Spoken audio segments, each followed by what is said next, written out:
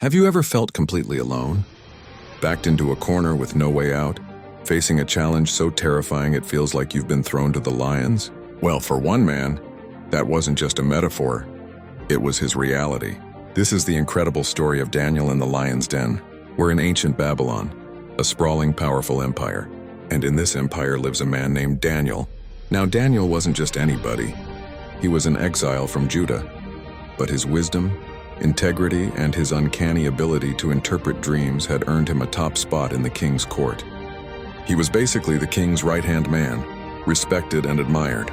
But you know how it is. When you shine bright, you cast shadows. And in those shadows, jealousy was brewing. Other high-ranking officials, guys who'd been climbing the greasy pole of politics for years, couldn't stand Daniel. They saw this foreigner, this man obstaculous they couldn't bribe or corrupt, and they were furious. They watched him like hawks trying to find some dirt, some mistake they could use to bring him down. But they found nothing. Daniel was flawless in his duties. He was honest, hardworking, and completely loyal to the king. So they thought, okay, if we can't get him on his work, let's get him on his faith. They knew Daniel was deeply devoted to his God. 3 times a day, every single day without fail, he would open his windows facing Jerusalem, kneel down and pray. It was his non-negotiable. So these conniving officials cooked up a truly diabolical plan. They went to King Darius and with a whole lot of flattery codge, "Oh, great King Darius, live forever. We, all your administrators and satraps, have agreed that you should make a royal decree. For the next 30 days, anyone who prays to any god or human being other than you, O king, shall be thrown into the den of lions." King Darius, puffed up by flattery and not seeing the trap, thought, "Hey, that sounds like a great idea. A whole month in loyalty to me." He signed the decree, and under Persian law, once the king's decree was signed, it could not be changed. Not even by the king himself. Now Daniel heard about the new law. He knew exactly what it meant. He knew it was a trap designed specifically for him. So what did he do? Did he hide? Did he pray in secret? No, he went home, went business his upstairs room, opened his windows toward Jerusalem, just as he always did, and he prayed. He gave thanks to his God, just as he had done before. He chose faithfulness to God over his own safety. Of course, his enemies were watching. They bedürfnis it. They ran to the king, tattling, "Daniel, that exile is defying you." He's still praying to his God 3 times a day. The king's heart sank. He was devastated. He'd been tricked.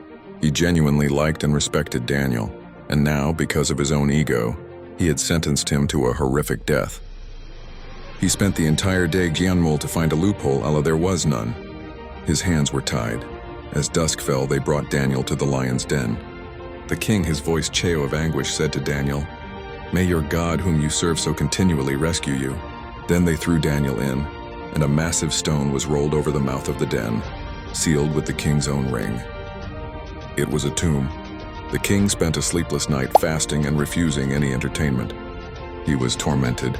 At the first light of dawn, he rushed back to the den. His voice trembling, he cried out, "Daniel, servant of the living God, has your God, whom you serve continually, been able to rescue you from the lions?" And then from inside the den, a voice pedroins, "O king, live forever. My God sent his angel and he shut the mouths of the lions. They have not hurt me, because I was found innocent in his sight. Nor have I ever done any wrong before you, O king."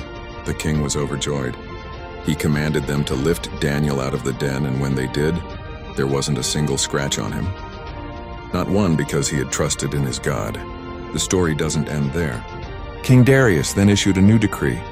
He ordered that the men who had falsely accused Daniel, along with their families, be thrown into the lion's den. And before they even reached the floor of the den, the lions overpowered them. But more importantly, the king wrote to all the nations and peoples of every language in all the earth, declaring that everyone must fear and revere the God of Daniel. For he is the living God, he wrote, and he endures forever. His kingdom will not be destroyed, his dominion will never end. Daniel's quiet, courageous faith in the face of terror didn't just save his own life.